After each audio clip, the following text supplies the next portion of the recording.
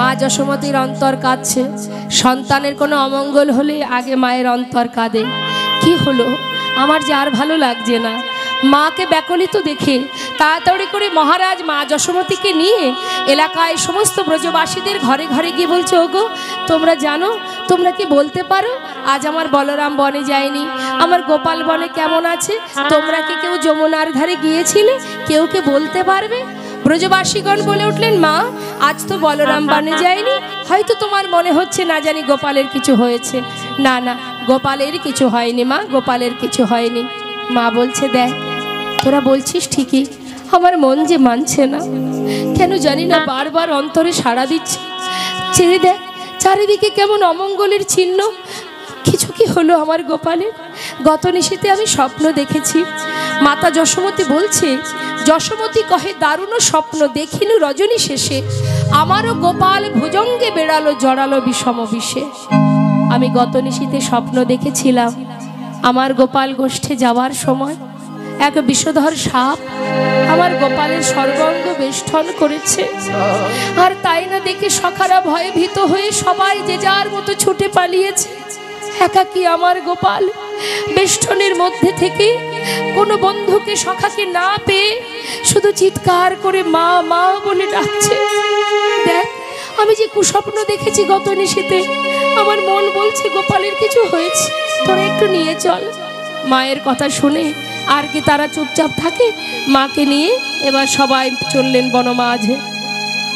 মহাজন বললেন, দেখো ব্রজবাসী বালক বৃদ্ধ যুবা সকলে চলো লোধা।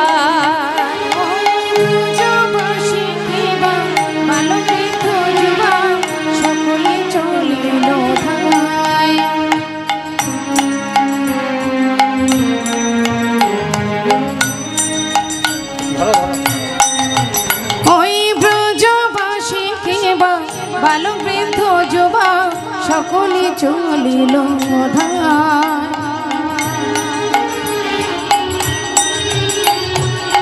সকলে চলিল ধায়। করায়ে রদন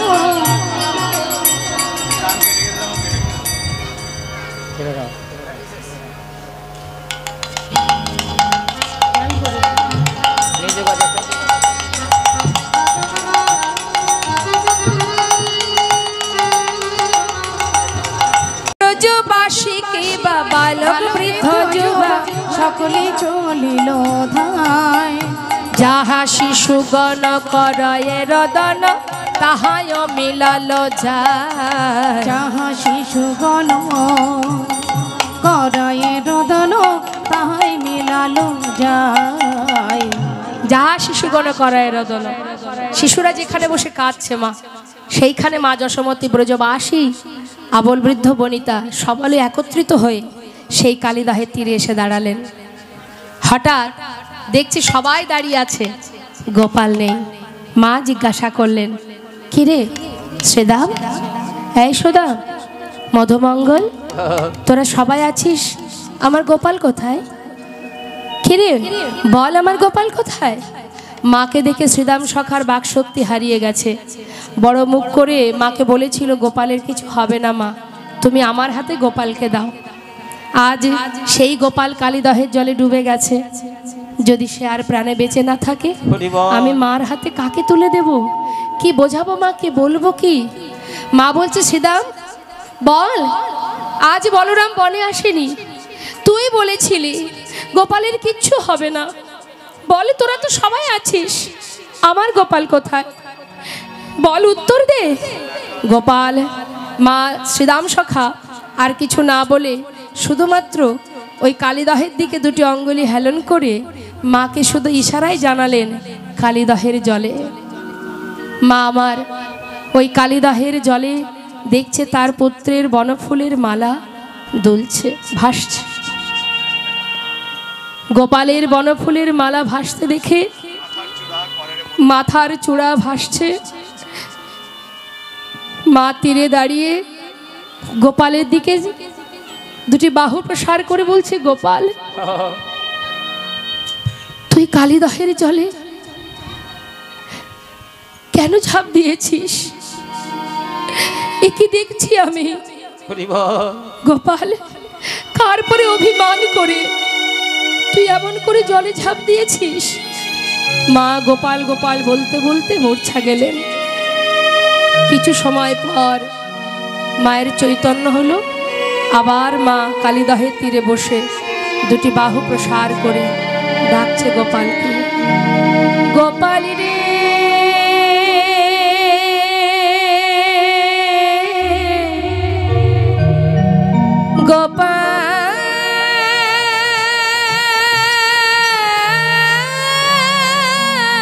গোপাল রে, হরে সারা দে গোপাল সারা দে, গোপাল রে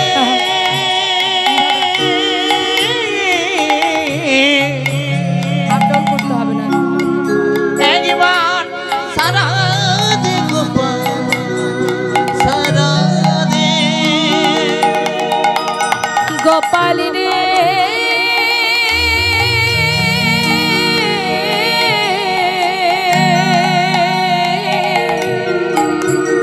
ওরে সারা দে গোপাল সারা দে, আমার গোপাল রে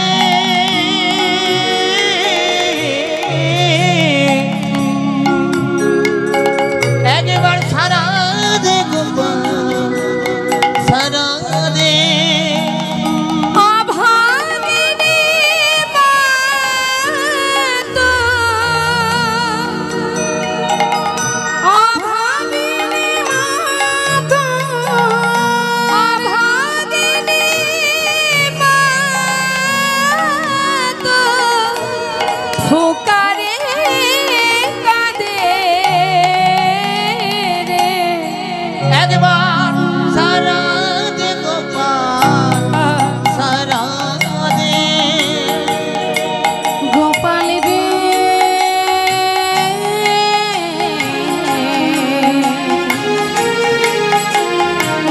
সারা দে গোপাল সারা দে, কাঙালিনী বলে কি দিবি না সারা, নয়নে মনিরে তুই নয়ন হারা, ওই না কাঙালিনী বলে কি তুই দিবি না সারা, নয়নে মনিরে তুই নয়ন হারা, দেখিতে কি পাইব, দেখিতে পাইব সেই নয়নে, সারা দে গোপাল সারা দে, গোপাল রে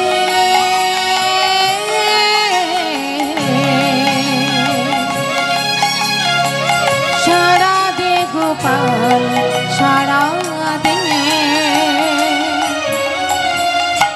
যে বাঁশি বাজিয়েছিলি গোপাল রে, ওরে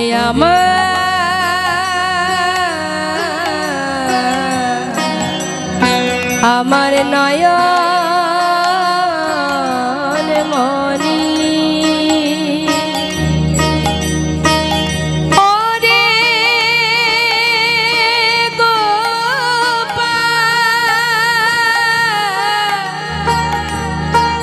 ওরে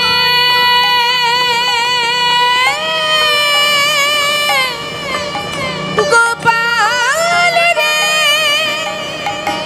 ওরে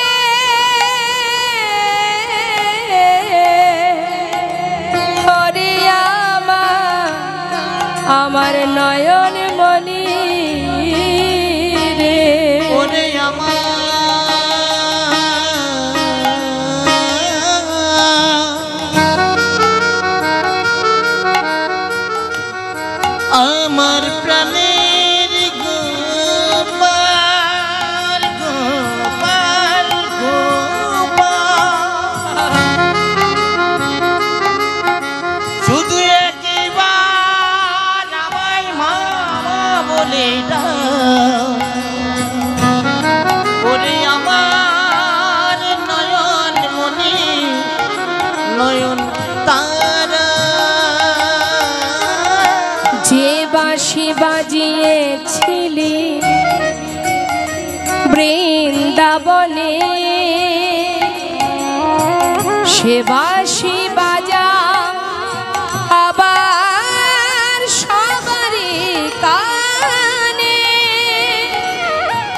তোর বিরহেতে কাঁদে অলিকু শ্রীদাম সুদামিকে দে হয়েছে বেকুল তোর বিরহেতে কাঁদে অলিকুল হৃদমে সুদামে কেঁদে হইয়া ব্যাকুল সোনার ব্রজ সোনার ব্রজ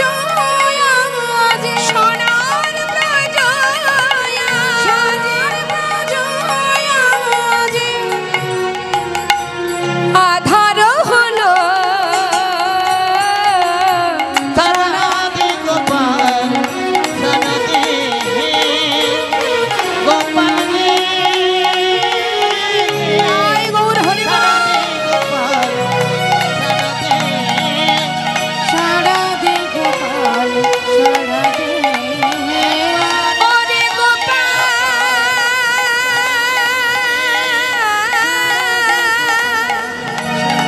একবার ফিরে আয় ওরে আমার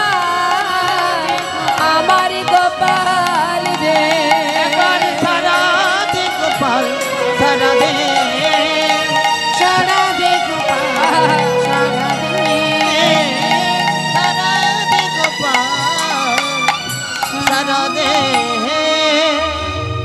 মা কাঁদছে। নন্দ মহারাজ বললেন, ব্রজবাসীকে তোমরা কাঁদছো কেন?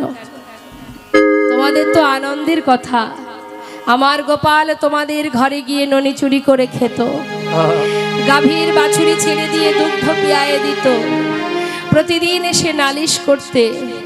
আর কোনোদিন আমার গোপাল যাবে না, আর কোনোদিন কোনো রকম কোনো ক্ষতি করবে না তোমাদের। তোমাদের তো আনন্দ হবার কথা, তবে তোমরা কেন কাঁদছো বলো? তবে দেখো, আমার দিকে চেয়ে দেখো, 7 নয় 5 নয় আমার একমাত্র পুত্র, যে ছাড়া বাবা বলে ডাকবার আর কেউ নাই। প্রত্যেকটি মাতা পিতা একটি পুত্র সন্তান কামনা করে। কেন জানো? শেষের দিনে মাতা পিতার শেষকৃত্য করবার জন্য, শ্রুতিমূলে বদন দিয়ে হরিনাম শোনাবার জন্য। কিন্তু দেখো, আজ একমাত্র সন্তান ছিল না, সন্তান তো ভালোই ছিলাম, দিলই যখন প্রভু, তবে কেন দিয়ে আবার কেড়ে নিল? একটিবার বলো তো, শেষের দিনে শ্রুতিমূলে বদন দিয়ে কে আর আমাকে হরিনাম শ্রবণ করাবে? কে আমায় বাবা বলে ডাকবে? তোমরা কেঁদো না, তোমরা শান্ত হও। ব্রজবাসী গহনে দুটি বাহু প্রসার করে বলছি, কানাই তুমি ফিরে এসো। আমরা কোনো দিন আর ননি সেবা করলে তোমার বাড়িতে নালিশ করব না। প্রতিদিন ননির ভাণ্ড ঝুলিয়ে রেখে তোমার অপেক্ষায় আমরা বসে থাকব। এমন করে ছেড়ে চলে যেও না, ফিরে এসো। সবাই কাঁদছে, আর এদিকে গোবিন্দ চিন্তা করছে, তাই তো এত সময় তো অনেক খেলা হলো, কালিদাহের তীরে সবাই এসে আমার জন্য কাঁদছে, মা কাঁদছে, তাই আর দেরি নয়, কালিয়নাগকে উদ্ধার করে আমাকে তাড়াতাড়ি ফিরে যেতে হবে। এদিকে দেরি না করে গোবিন্দ সাঁতার দিতে দিতে হঠাৎ কালিয়নাগের মস্তকে উঠে দাঁড়িয়েছে। যেই না মস্তকে দাঁড়িয়েছে, মাথা নিচু হয়ে গেছে, পদাঘাত করছে গোবিন্দ আমার।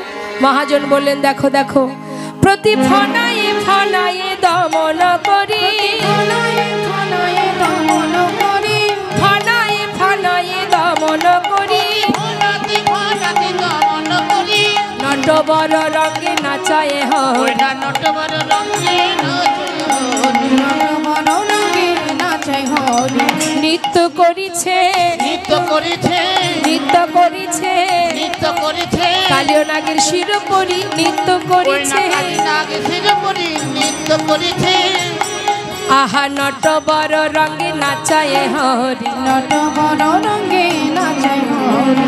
যখন পদাঘাত করছে বাবা, নিজের চরণ দিয়ে আঘাত করছে, যতবার আঘাত করছে ততবার বদন থেকে ঝলকে ঝলকে রুধির ঝরছে। আর তাই না দেখে কালিয়নাগের স্ত্রী সুরপিনীগণ তারা সবাই মিলে করজোড়ে জগৎপতি গোবিন্দের চরণে স্তুতি করছে। মহাজন বললেন, দেখো নাগঙ্গিনী গণ করায় স্তুতি, নাগঙ্গিনী গণ করায় স্তুতি, নাগঙ্গিনী গণ করায় স্তুতি। দেখি ব্রজপতি হরষিত মনে, ব্রজপতি হরষিত মনে, ব্রজপতি হরষিত মনে। নাগঙ্গিনী গণের স্তুতিতে সন্তুষ্ট হয়ে প্রভু বলে উঠলেন, আমি তোমাদের স্তুতিতে সন্তুষ্ট, তোমরা বর চেয়ে নাও। বলে উঠলেন, হে জগৎপতি, বরই যদি দিতে হয় আমার পতির প্রাণ ফিরিয়ে দাও। গোবিন্দ বললেন, অসম্ভব, এই মধুময় শ্রীধাম বৃন্দাবনে বিষের কোনো ক্রিয়া আমি রাখবো না। যে কালিদাহের জল পান করে সখাগণ প্রাণ হারিয়েছে, কত প্রাণী প্রাণ হারিয়েছে, মধুময় বৃন্দাবনে তার কোনো স্থান নেই। হে প্রভু, তুমি যদি এমন কথা বলো, যাকে তুমি যা দিয়েছো সে তো তোমায় সেই জিনিস দিয়েই সেবা করেছে। আমার স্বামী হৃদয়ে দিয়েছো তুমি বিষ, তাকে তো তুমি অমৃত দাওনি। আজ তুমি এসেছো তার কাছে, তোমাকে বিষ দিয়েই সেবা করেছে। আর এতেও যদি বলো অপরাধ, তাহলে আমরা তো কোনো অপরাধ করিনি। পতিকে হারিয়ে আমরা কোথায় থাকবো, কার আশ্রয়ে থাকবো? গোবিন্দ বললেন, বেশ, তোমাদের আশা পূরণ করব, তবে একটা শর্ত, তোমরা এখানে আর থাকবে না, তোমরা চলে যাবে রমণক দ্বীপে। সেখানে তো গরুরের ভয়, গরুর দেখলে আমাদের খেয়ে ফেলবে, খাবে না। কেননা আমি যে তোমাদের মস্তকের উপরে দাঁড়িয়ে নৃত্য করলাম, চেয়ে দেখো মস্তকের উপরে চরণ চিহ্ন আছে। যদি গরুর আসে তোমাদের কাছে, তখন তোমরা কি করবে? মাথা নত করে দেখাইয়ে দিবে, নত করে দেখাইয়ে দিবে, মাথা নত করে দেখাইয়ে দেবে। চরণ চিহ্ন দিলাম মাথায় নত করে দেখাইয়ে দিবে।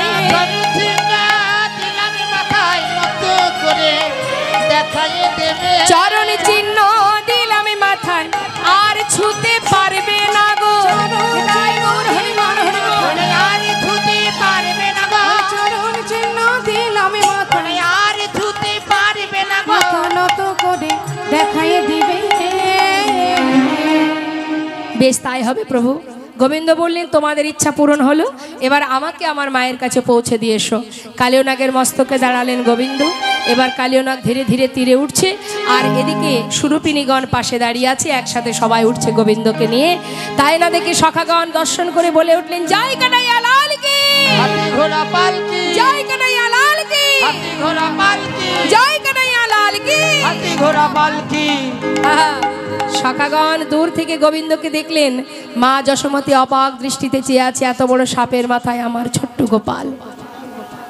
যেই না মুখের দিকে চেয়ে আছে, ব্রজবাসীগণ বলে উঠলেন, এত বড় সাপের মাথায় দাঁড়িয়ে নৃত্য করেছে তোমার গোপাল মা, চেয়ে দেখো, এটা তো অপরাধ।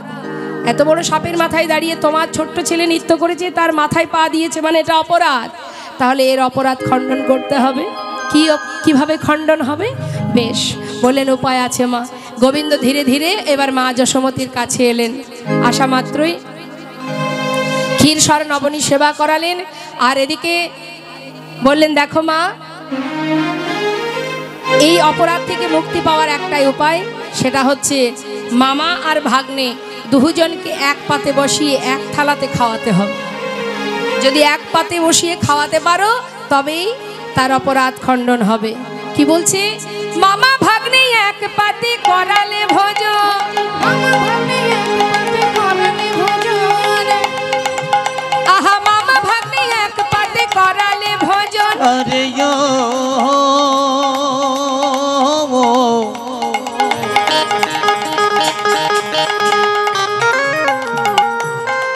আরে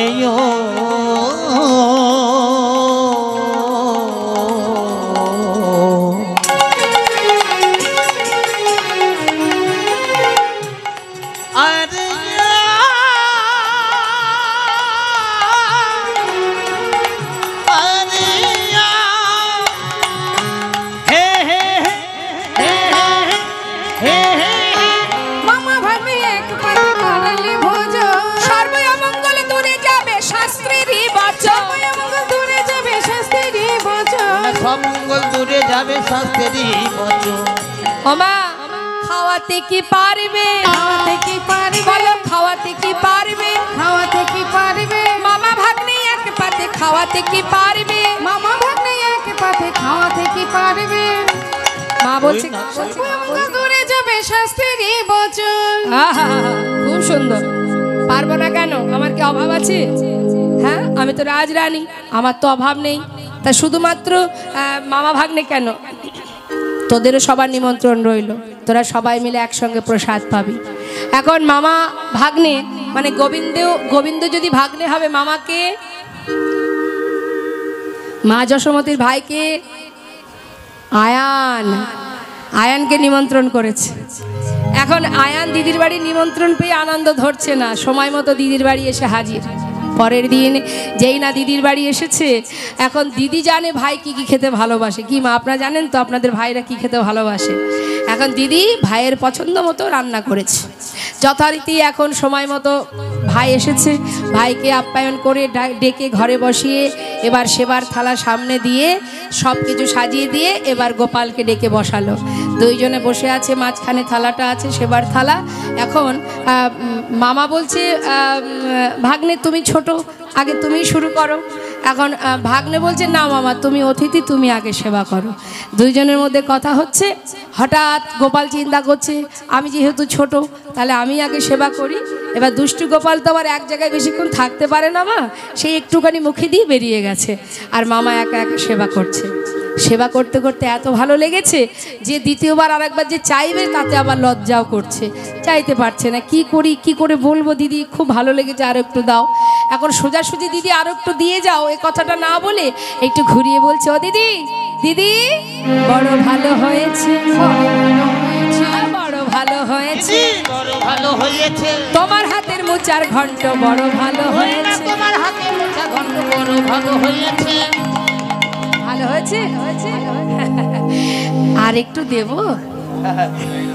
ও দিদি, দিদি দেবে? বেশ, আর একটু দাও না দিদি, আর একটু দিদি আর একটু দাও না, বড় ভালো হয়েছে গো, আর একটু দাও ওই না, না বড় ভালো লেগেছে, আর একটু দাও না, তোমার হাতের মোচার ঘন্ট আর একটু দাও না, তোমার হাতের মোচার ঘন্ট আর একটু দাও না। দেখবেন মা, রান্নার গুণ গাইলে সঙ্গে সঙ্গে কিন্তু মায়েরা বলে, এটা মায়েদের স্বভাব, আর একটু দেবো। তা এখন আর একটু মোচার ঘন্ট দিয়ে সুন্দর করে একটা পেটিকা সাজিয়েছে। পেটিকার মধ্যে কটা শাড়ি দিয়েছে, কটা গহনা আর কিছু মিষ্টি। কার জন্য দিয়েছে? আয়ানের ঘরণীকে, রাধারানী, তার জন্য সাজিয়ে দিয়েছে। এই ভাই, এই দেখ শোন, এই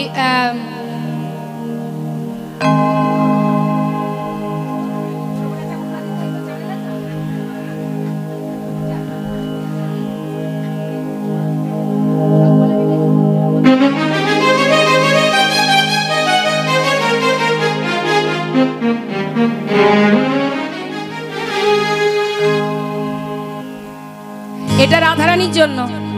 তো সেবা হয়ে গেলে এটার মধ্যে কটা শাড়ি আছে, কটা গহনা আছে আর কিছু মিষ্টি আছে। হ্যাঁ, বাড়িতে নিয়ে যাবে। মিষ্টি খেতে ভালোবাসে, বলছে আমার গিন্নি মিষ্টি খেতে ভালোবাসে।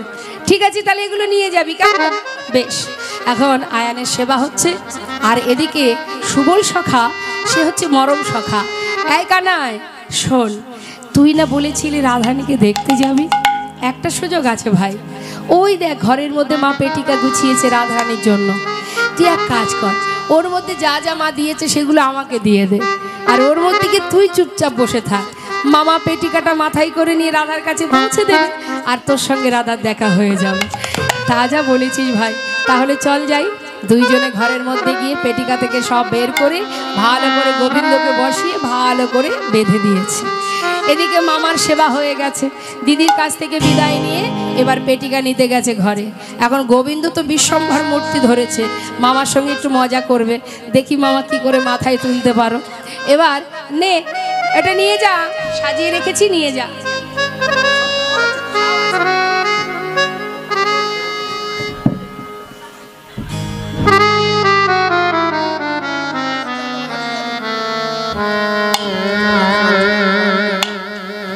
বলছি কি ভাই, আমার মনে হয় তো সেবাটা একটু ভারী হয়েছে।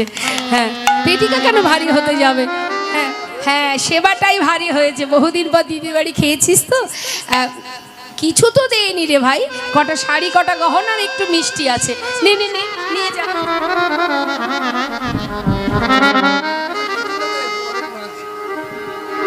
মা যশোমতী বলছে তুলতে পারছিস না, আচ্ছা ঠিক আছে আমি তুলে দিচ্ছি। গোবিন্দ ভাবছে সর্বনাশ, মা যদি এসে দেখে যে পেটিকা ভারী, তাহলে ভার কেন খুলবে, খুলে যদি দেখে ওর মধ্যে আমি আছি, জনমের মতো রাধা দর্শন হয়ে যাবে আমার। ভয়ে ভীত হয়ে এবার কি করলেন গোবিন্দ, মায়ের পরশে হরি পাতিলা হইল,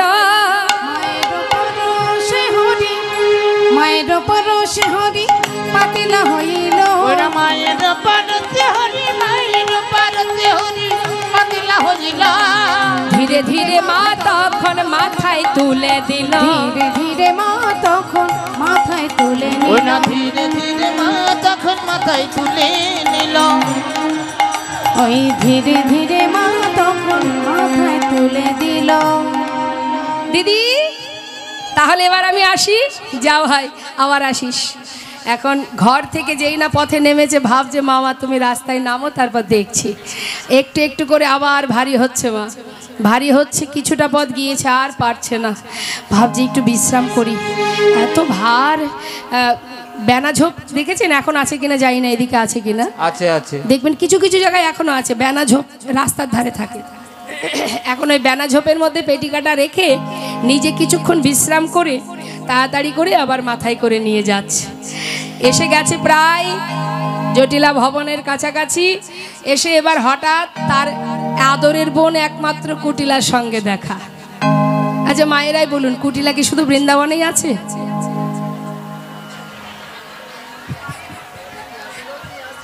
মানে শুধু যে বৃন্দাবনেই কুটিলা পাওয়া যায় তা কিন্তু নয়, এখানেও আছে। হাসি দেখো কত, যে অন্যের ভালো সহ্য করতে না পারে সেই তো কুটিলা, কুটমতি যা সেই হচ্ছে কুটিলা। তার মুখ দেখলে আপনারা চিনতে পারবেন। অবশ্যই এখানে সেরকম মুখ আমি কাউকে দেখছি না। হ্যাঁ সবই সুন্দর, খুব সুন্দর। এখন কুটিলা দূর থেকে দেখেছে দাদার মাথায় পেটিকা। দাদা,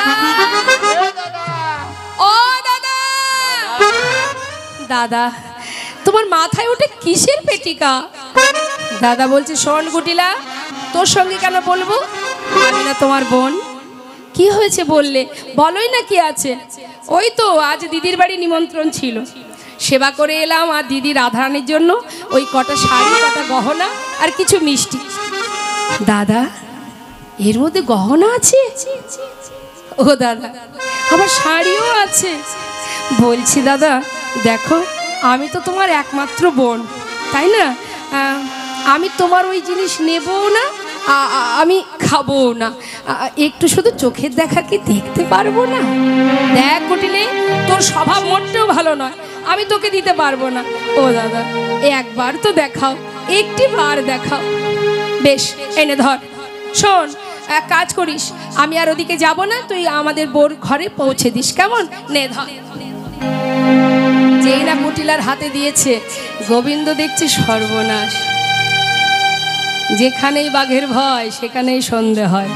হ্যাঁ পড়বি না পড়বি একেবারে কুটিলার হাতে। ঠক ঠক করে গোবিন্দ পেটিকার মধ্যে কাঁপতে শুরু করেছে। এবার পেটিকা যখন কাঁপছে, কুটিলা বলছে কি সর্বনাশ, পেটিকা কাঁপছে কেন? এর মধ্যে কি কোনো ভূত টুত আছে নাকি?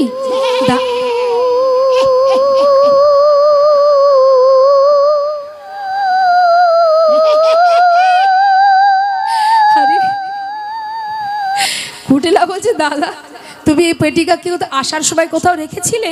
হ্যাঁ ওই তো একটু প্রচণ্ড ভার তো ভাবলাম একটু বিশ্রাম করব, এখন এর মধ্যে গহনা আছে, শাড়ি আছে, ওই যে পথের ধারে যে বেনা ঝোপ আছে না, ওই ঝোপের মধ্যে।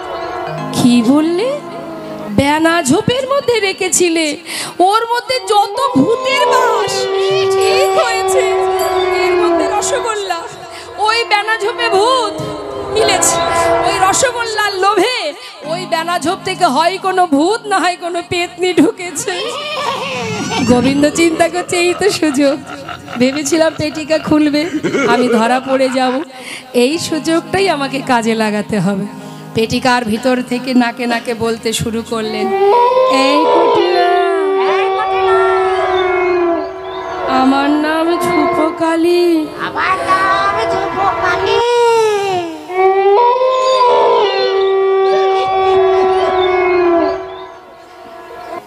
আমি ওই সতী নারীর রক্ত খেতে ভালোবাসি।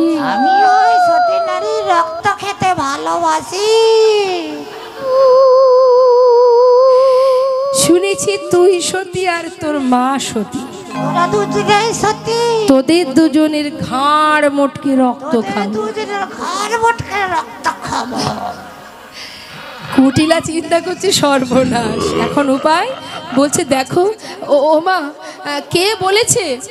এতদিন কুটিলা কি বলতো, আমি আর আমার মা বৃন্দাবনের সতী রমণী। আজকে ভয়ে ভীত হয়ে বলছে ধুর, কে বলেছে আমরা সতী? আমিও সতী নই, আমার মাও সতী নয়। তবে জানো মা, তুমি যদি রক্ত খেতেই চাও, তোমাকে এক জায়গায় পৌঁছে দিয়ে আসি। সে শুধু সতী নয়, সে মহাসতী, আমাদের ঘরের বউ। তার কাছে পৌঁছে দেব, তুমি ওর ঘাড় মোটকে রক্ত খাবে। তাতেও যদি স্বাদ না মেটে, ওর পাশে অষ্টসখী থাকে, ওরাও সতী রমণী। তুমি পারলে ওদেরও ঘাড় মোটকে খেও, শুধু আমাদের খেও না। ভিতর থেকে বলে উঠলেন তবে তার কাছে আমায় পৌঁছে দিয়ে তোরা 7 দিনের জন্য বাড়ি থেকে চলে যা। বলে 7 দিন কেন, যদি 14 দিনের জন্য বলো তাও যেতে রাজি, আমাদেরকে প্রাণে মেরো না, পৌঁছে দিয়ে আয় তার কাছে। এবার পেটিকা মাথায় করে নিয়ে রাধারানী মন্দিরে। বৌদি,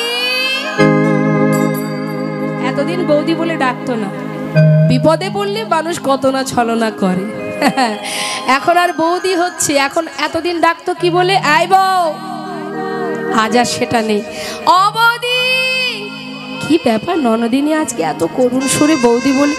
শোনো, এর মধ্যে ঝুপোকালি আছে, তোমার মনে যা ইচ্ছা হয় তুমি চেয়ে নাও, আর মাকে তুমি মনের মতো করে পূজা করো।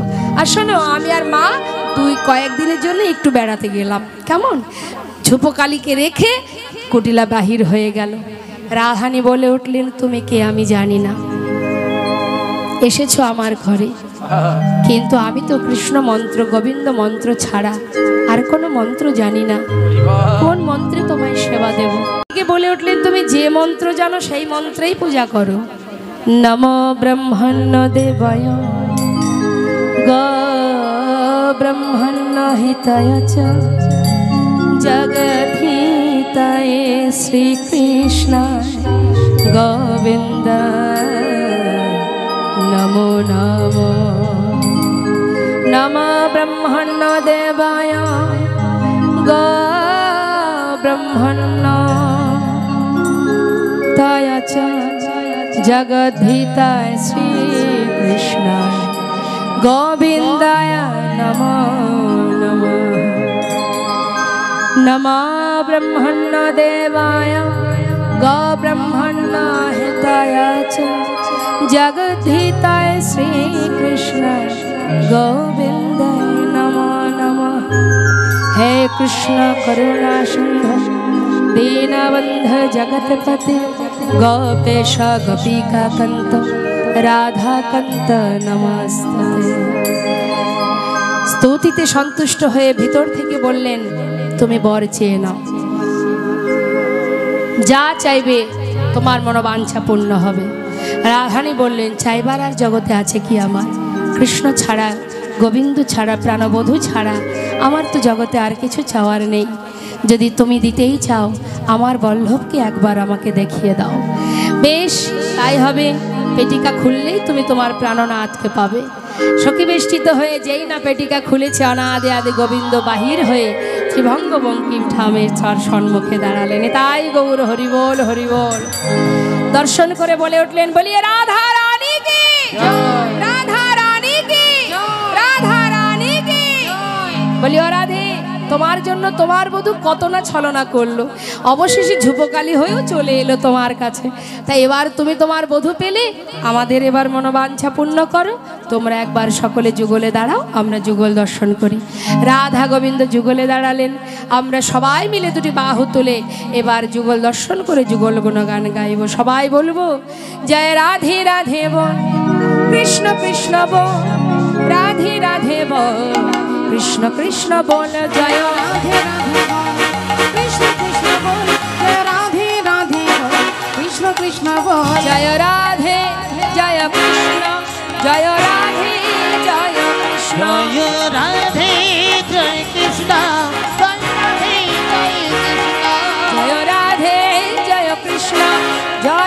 রাধে জয় কৃষ্ণ জয় রাধে জয় কৃষ্ণ জয় রাধে জয় কৃষ্ণ আহা রাধে রাধে বল কৃষ্ণ কৃষ্ণ বল জয় রাধে রাধে বল জয় রাধে রাধে বল কৃষ্ণ কৃষ্ণ বল রাধে রাধে বল কৃষ্ণ বল রাধে জয় রাধে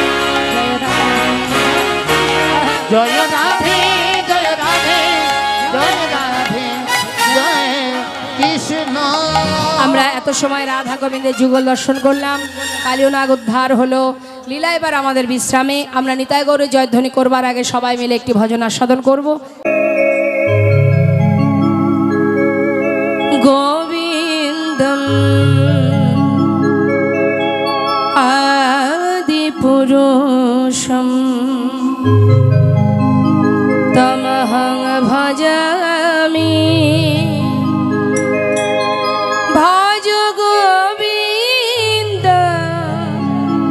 আদি পুরুষম তমহং ভজামি গোবিন্দ আদি পুরুষ তমঃ ভজামি ভজ গোবিন্দ আদি পুরুষ তমঃ ভজামি গোবিন্দ আদি পুরুষ তমহং ভজামি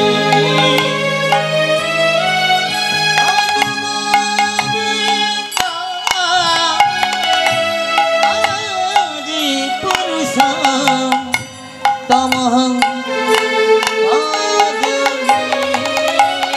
হে গোবিন্দম আদি পুরুষ তমঃ ভজামি গোবিন্দ আদি পুরুষ তমঃ ভজামি গোবিন্দ আদি পুরুষ তমহং ভজামি ভজ গোবিন্দ আদি পুরুষ